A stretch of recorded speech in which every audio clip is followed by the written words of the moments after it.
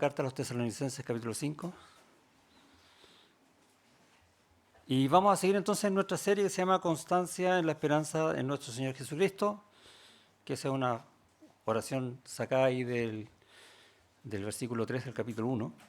Porque la carta básicamente está apuntando eso, ¿no? Es una nueva iglesia tesalónica que está viviendo guiada por la palabra del Señor en la esperanza que tenemos todos en nuestro Señor Jesucristo. Y Pablo está dando acá en el capítulo 5 algunas instrucciones a modo de mandatos para la iglesia, para que la iglesia tenga una vida correcta, una vida en gozo, una vida en amor, tal como el Señor quiere que tengamos nosotros. Y nos ayuda entonces a saber en el cómo mediante esta carta. Vamos a orar. Gracias, Señor, te damos por tu bondad, tu misericordia, el cuidado que tienes de nosotros. Incluso cuando estamos pasando por momentos difíciles, tú siempre estás ahí y eso está también en tu mano. Porque nunca estamos solos, tú siempre estás con nosotros y porque tu palabra nos da esas promesas. Gracias porque podemos confiar en ti por medio de tu palabra. Y queremos que esta misma palabra hable hoy a nuestros corazones en el nombre de Jesús. Amén.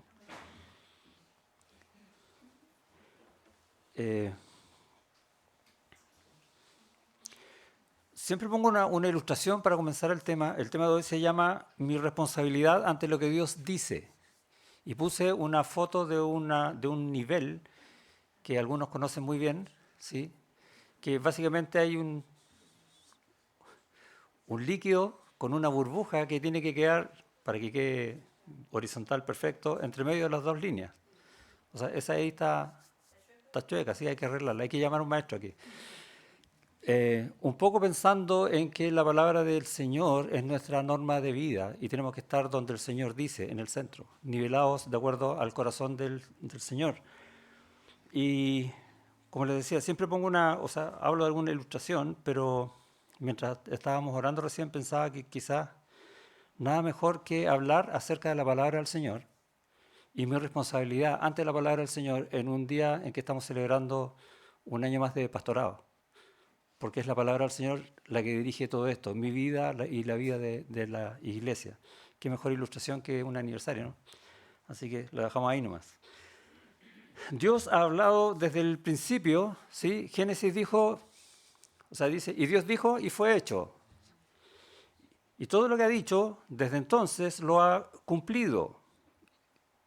Por ejemplo, en Génesis 15, más adelante, va a decir, a Abraham le dice que el pueblo, que todavía no es pueblo, va a ser pueblo, va a ser esclavo en una nación extranjera. Y eso va a ocurrir muchos años después. Pero que él mismo iba a liberar a ese pueblo y vemos cómo después cumple cuando lo lleva a la tierra prometida. Y así tantas veces que Dios va hablando, diciendo lo que va a pasar y pasa. Y diciendo lo que Él quiere y es exactamente eso. Y por lo tanto tenemos en su palabra todo el conocimiento que nosotros necesitamos acerca del Señor. Todo lo que Él dice que va a hacer, todo lo que Él promete en nuestras vidas y también de cómo es el corazón de Él. Por lo tanto, no tenemos lugar a equivocarnos. Y por ejemplo, en Deuteronomio 8, siempre digo, este es un texto que a mí me gusta mucho, dice, hablando al pueblo de Israel, dice, y te afligió y te hizo tener hambre y te sustentó con maná, comida que no conocías tú ni tus padres la habían conocido. Y es interesante esa porción porque dice, a veces te van a faltar cosas. A veces vas a estar en una prueba, en alguna aflicción, y tú dices, ¿y qué voy a hacer acá? ¿Y cuál es la promesa de Dios? De donde tú no sabes, Él te va a dar. Es una linda promesa, ¿no? Y la cumplió, en lo que está reflejando aquí en el maná.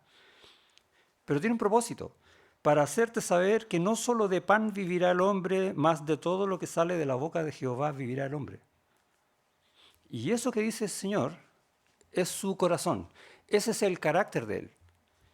Que si Él te llamó para tenerte, para Él te va a sustentar en todo, absolutamente todo lo que tú necesitas. Y Él te va a capacitar con todo lo que tú requieres para tener una vida agradable a Él. No está escrito así en ese texto, pero es lo que está diciendo. Lo dice desde el principio y lo cumple siempre, en tu vida y en la mía, así como lo hizo con Moisés y el pueblo de Israel. Y el texto en Tesalonicenses está en el versículo 20 que dice, no menospreciéis las profecías. ¿Y qué son las profecías? Y tenemos la tendencia a pensar correctamente que son aquellas palabras que Dios dio al pueblo por medio de profetas.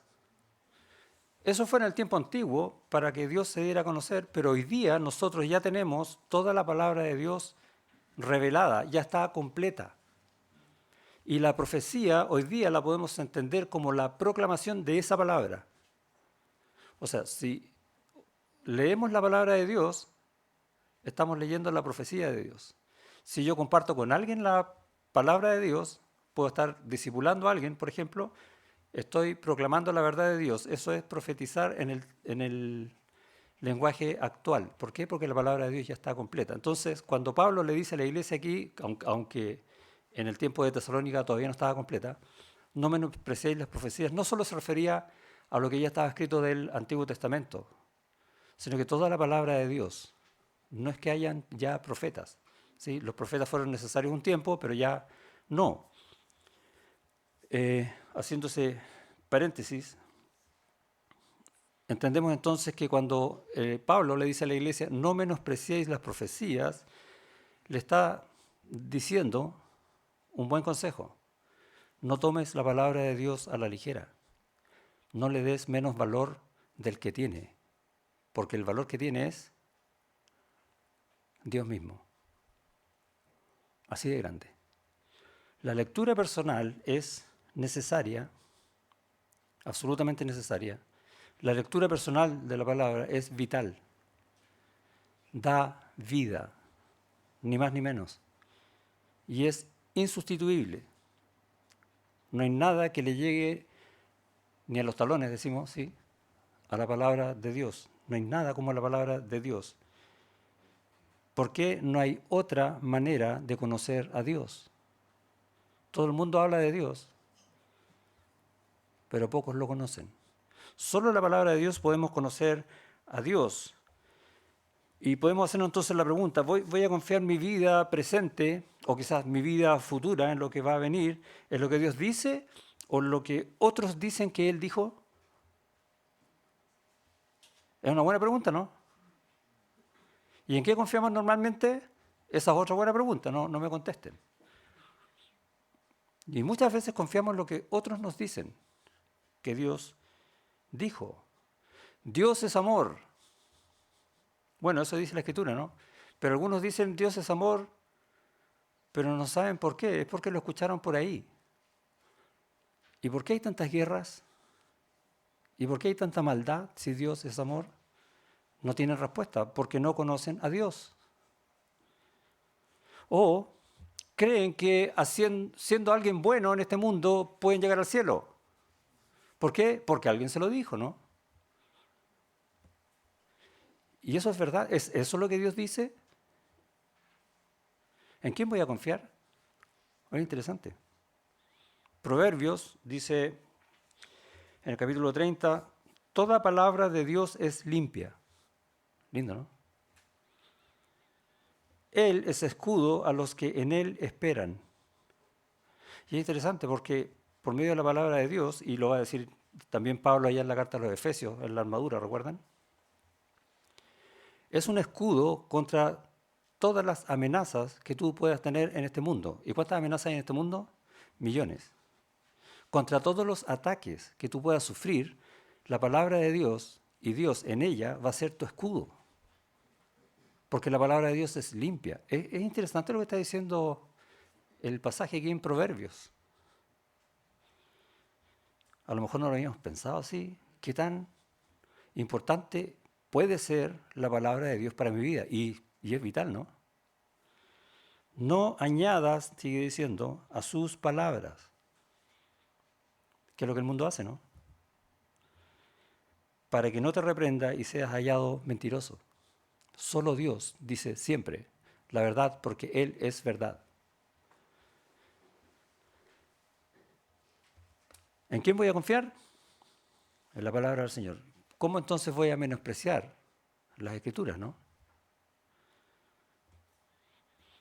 el hombre en general siempre busca lo mejor, ¿sí? Todos queremos lo mejor. ¿Alguien quiere para su vida lo peor? No, ¿cierto? Todos queremos lo mejor. Y ojalá lo mejor de lo mejor. Y tengo hartos pensamientos respecto a eso. No. Ahora, la soberbia siempre nos va a mostrar que yo sé qué es lo mejor. Mi soberbia es decir, yo sé discernir qué es lo mejor para mí, qué es lo que me conviene y dónde tengo que buscarlo. Y puedo acomodarme para que sea lo mejor para mí. ¿Por qué? Porque yo estoy buscando, por ejemplo, la felicidad. Y voy a buscar ser feliz en cosas que yo creo que voy a ser feliz. ¿Por qué? Nadie mejor que yo sabe. Eso se llama soberbia. ¿Y en qué termino? Que en pos de buscar felicidad en cosas que yo puedo tomar, siempre voy a terminar a la larga con un corazón vacío. Y voy a necesitar cada vez más. ¿No es eso lo que le pasa al mundo? Porque el mundo no es distinto que el corazón de cada uno de nosotros. La soberbia está en nosotros. Y la palabra de Dios está trabajando para mostrarnos, ojo, cuidado con la soberbia. Sé humilde y sigue a Dios. Eso conversamos con los jóvenes esta semana, ¿sí? Acerca de la humildad.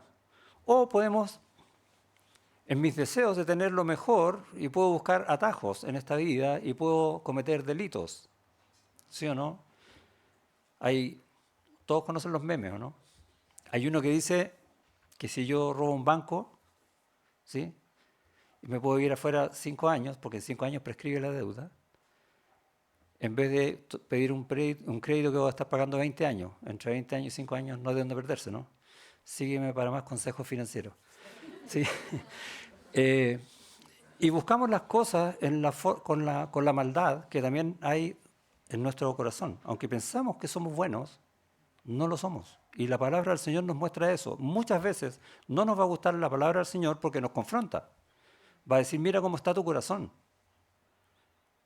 Y es un buen espejo para arrepentirnos, para tratar de buscar qué es lo que realmente me va a dar gozo. Ya no felicidad, gozo, siempre. ¿Recuerdas lo que dijo Jesucristo en el último discurso que dio a los discípulos allá en Juan 15? Dice, estas cosas yo os he hablado, palabra del Señor, para que mi gozo esté con vosotros. El gozo de Él. ¡Wow! Y vuestro gozo sea cumplido. ¿Para qué voy a buscar en otro lado si no es la palabra del Señor?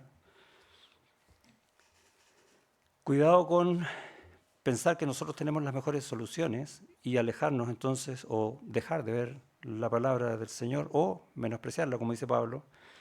Ni Sodoma ni Gomorra se detuvieron ante el pecado. La pregunta es, ¿cómo partieron para llegar a donde llegaron? Y es interesante porque el mismo Jesús hace una referencia, ¿no? Hablando de las ciudades de Tiro y Sidón, o Pedro en su segunda carta, diciendo, mira cuánto pecado hubo ahí. Pero el pecado no llega a un nivel alto de repente, sino que comienza por cosas pequeñas.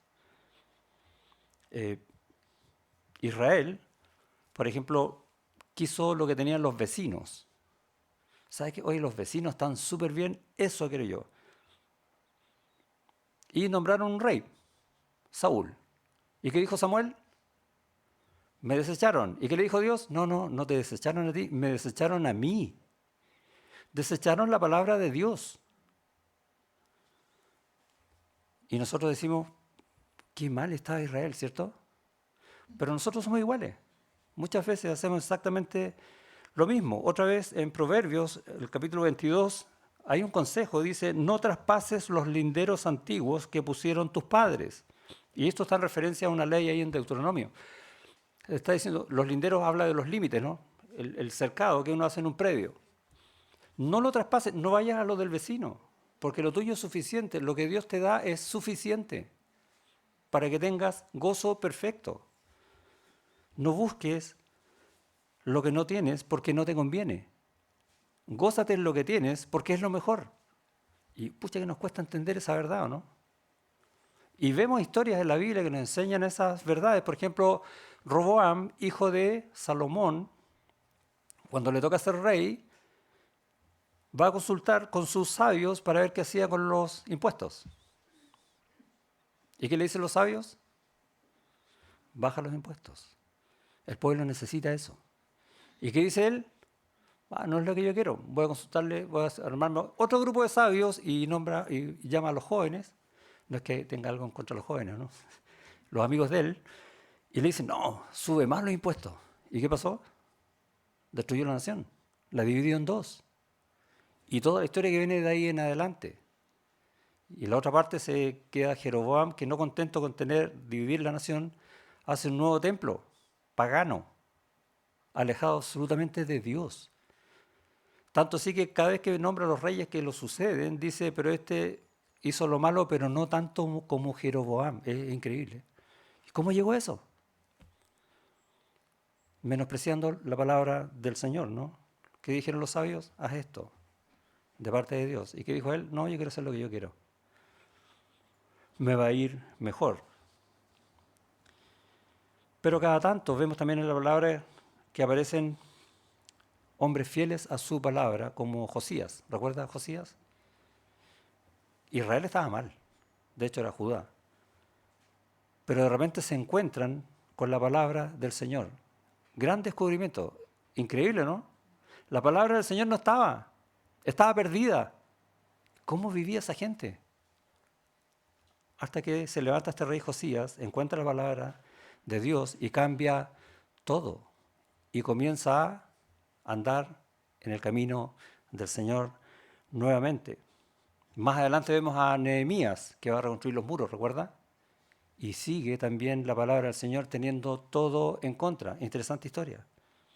E incluso pone orden en Israel. Y uno sigue leyendo las Escrituras y vemos a Saulo de Tarso, que cuando entiende las Escrituras es Pablo, el que va edificando iglesias, trabajando para el Señor. En el siglo IV, después de Cristo, se levanta hay muchos hermanos fieles, pero hay uno en particular que a mí me gusta, que es Agustín de Hipona. Es un bonito nombre para una guagua, por si acaso, Agustín.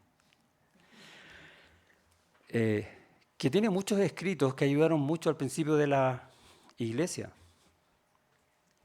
O Martín Lutero, siglo XVI. Y así, en todo tiempo, Dios ha levantado personas fieles a su palabra para comunicar a otros su palabra y que lleguemos a estar en una iglesia hoy disfrutando y entendiendo de su palabra. Y nos da una tarea a nosotros, ¿no? Buscar en su palabra para que nuestro corazón sea conformado de acuerdo a su palabra para enseñarla a otros, por bondad a otros. Eso es lo que el Señor quiere. Por eso nos hizo llegar Él mismo, de muchas maneras, su palabra. Entonces tenemos que preguntarnos, ¿y en qué estamos nosotros? ¿Qué estamos haciendo nosotros o cómo estamos enfrentando nuestra responsabilidad en la palabra del Señor? ¿Y cuál es la respuesta? La Biblia nos va a decir cuál es la respuesta, ni siquiera yo. Deja que Dios te responda. ¿Qué estás haciendo tú con su palabra? Es lo mejor. Ese es el consejo que da Pablo. No menospreciéis las escrituras, las profecías. Las mismas profecías o la misma palabra te va a decir en qué está tu corazón. Es un error intentar impulsar la iglesia humanamente, con nuestras propias fuerzas. ¿Sí?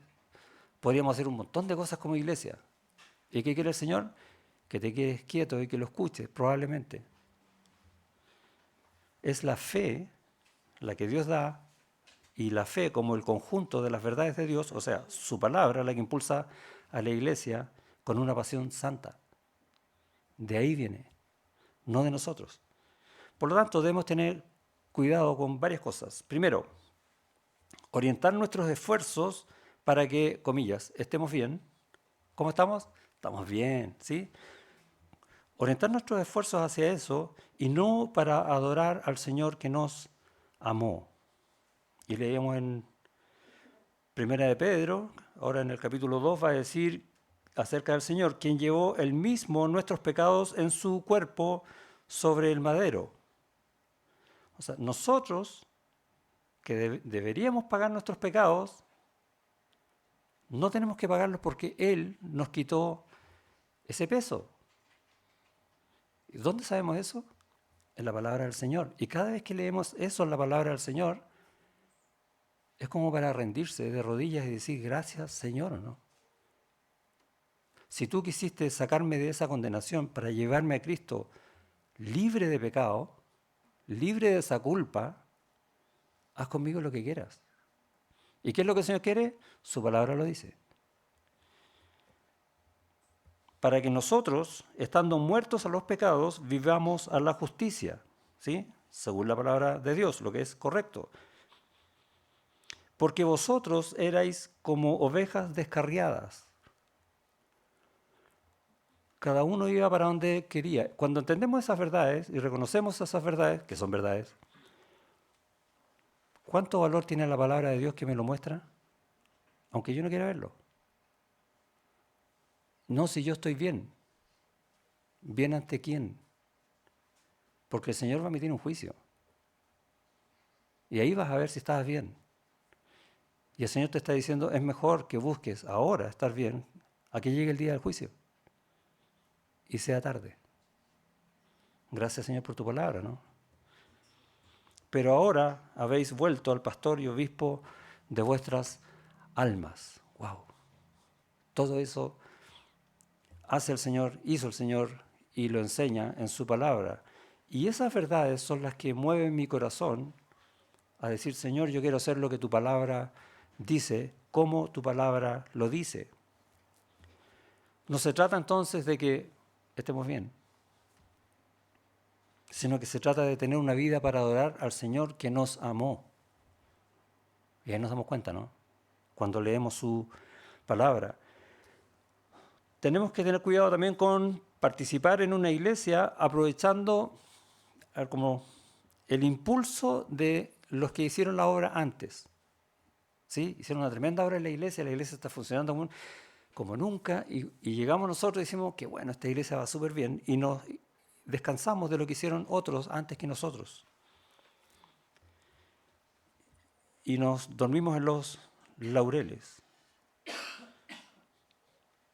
Y perdemos en ese acto la reverencia al Señor y una actitud de sacrificio, como Él tuvo con nosotros, o como los que estuvieron antes que nosotros dieron en sus vidas para los que venían después de ellos, o sea, nosotros.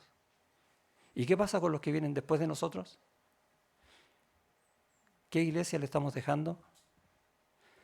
¿Cuánto conocimiento de la palabra de Dios van a tener ellos por medio nuestro? Si vamos a mirar atrás, lo que tenemos que mirar es la enseñanza del Señor. Como dice 1 Corintios 10, ¿no? Hay todo un texto de Pablo diciendo, no te olvides de lo que pasó antes, para que no te pase a ti. Cuidado que ninguno piense que está firme, para que no caiga. Tenemos que tener cuidado también con sucumbir a que nuestra expectativa hoy sea disfrutar este tiempo en espera de ir al cielo. ¿Quién es salvo aquí? Yo. ¿Y de dónde vamos a terminar? En el cielo. Bien, ¿qué vamos a hacer ahora? Da lo mismo. Cuidado con eso. El regalo es demasiado grande. A nosotros no nos costó nada, pero lee las Escrituras. No es gratis. Y no solo no es gratis, sino que también tiene un propósito. Que el Señor va a forjar en ti, va a trabajar en la iglesia, cumplir su propósito. Eso dice su palabra. O sea, cuando vayamos a la palabra de Dios, vamos a ser confrontados para decir, cuidado tú que duermes, ¿o no? En los laureles, pensando que vas al cielo, ¿y si no vas? ¿Y si estás equivocado? Porque tu corazón no se mueve de acuerdo a la palabra, tú crees que crees y a lo mejor no crees. Muévese potente la iglesia de Dios. ¿Le suena, no?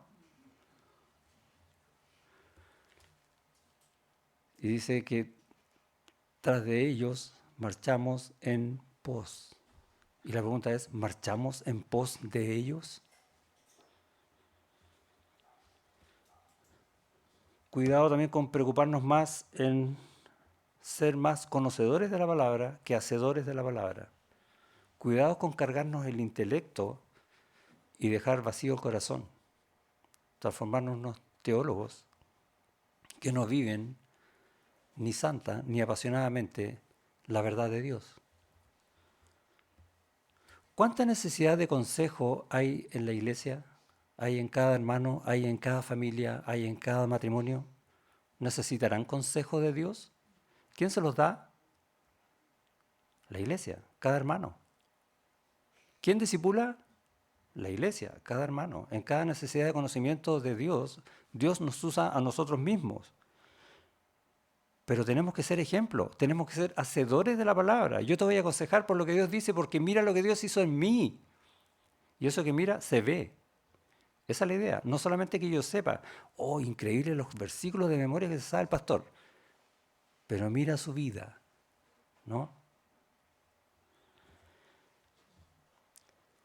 Esto en cuanto a las advertencias acerca de menospreciar las profecías.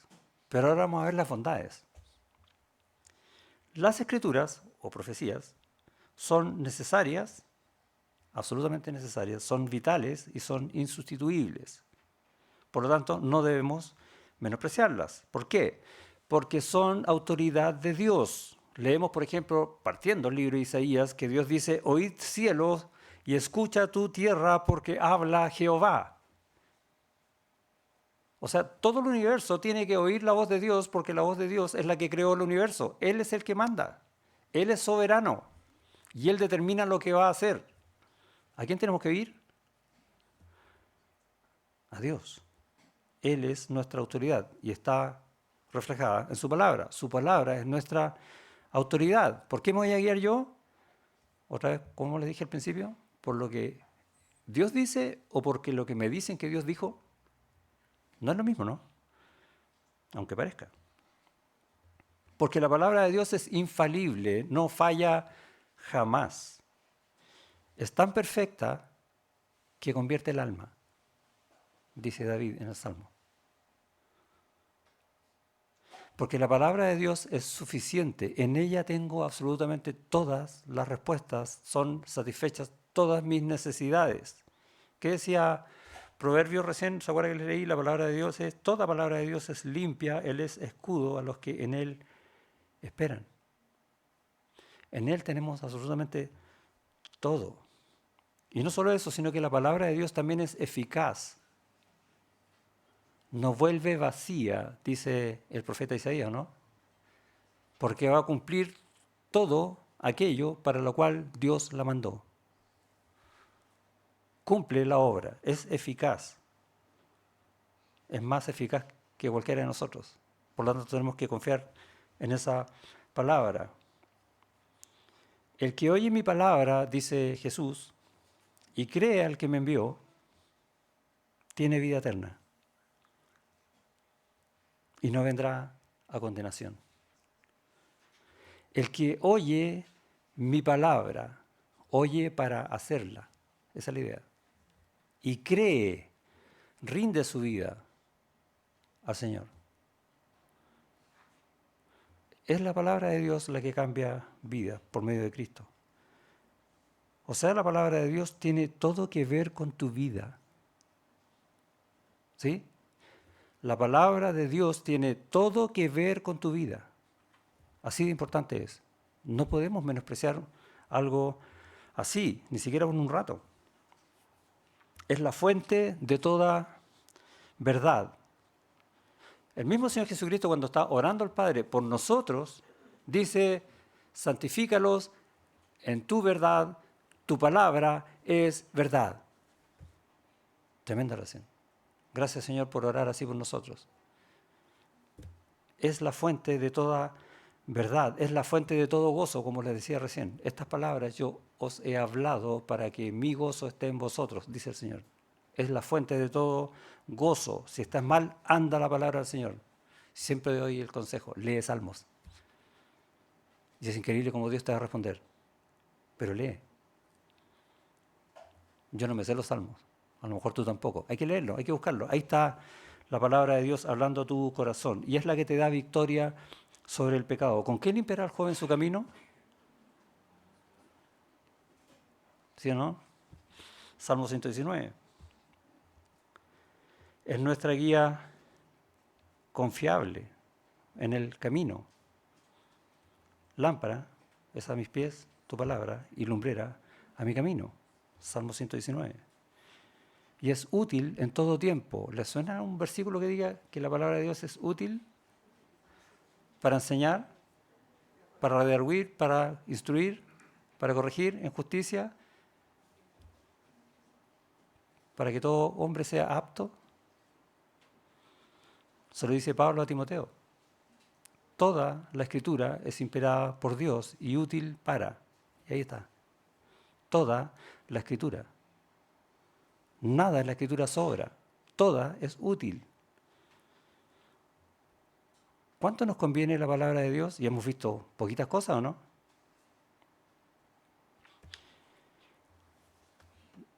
No solamente no tenemos que menospreciar la palabra del Señor, tenemos que valorarla más de lo que pensamos, pero también tenemos que respondernos una pregunta.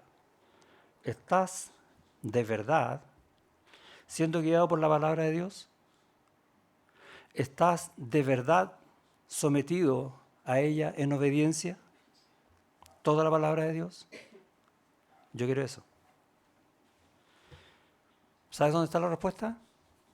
En Juan 4:23. Busca Juan 4:23. Jesús está hablando con una mujer samaritana. Y la mujer samaritana, lo único que tiene en su corazón es un deseo de saber cómo puede adorar al Dios de la palabra. Juan 4:23. Y Jesús le responde, mas la hora viene y ahora es. Y está hablando también hoy día a tu corazón. Dice, ¿estás siendo guiado por la palabra de Dios? ¿Eres obediente a la palabra de Dios? ¿Quieres saber? Mas la hora viene y ahora es cuando los verdaderos adoradores adorarán al Padre en espíritu y en verdad. La verdad de Dios en tu corazón te lleva a adorar a Dios. Porque también el Padre, tales adoradores, busca que le adoren. Dios está salvando hoy. Dios está hablando a tu corazón para que entregues tu vida a Él. Quiere adoradores. ¿Cómo? En la verdad. Busca la palabra. Empápate con la palabra. Vive la palabra. Obedece la palabra. Y estarás adorando a Dios en todo tiempo. No le menosprecies. Adora a Dios. ¿Oramos? Gracias, Señor, te damos por tu palabra, que es tan clara, es tan preciosa. A veces también es dura, porque necesitamos que sea dura en nuestros corazones. Y te damos gracias por eso, porque nos corrige. Gracias porque nos enseña el camino. Gracias porque nos muestra la respuesta. Gracias porque nos da todo lo que necesitamos. Gracias porque en ella nos llenamos de gozo. Gracias te damos porque esta palabra, Señor, es la que va conformando nuestros corazones hacia tus propósitos. Y queremos rogar hoy que sea siempre así. Y de alguna manera consagrar nuestros corazones a ti hoy y decir, queremos vivir en tu palabra, queremos hacer tu palabra, queremos que nos conozcan por tu palabra. En el nombre de Jesús. Amén.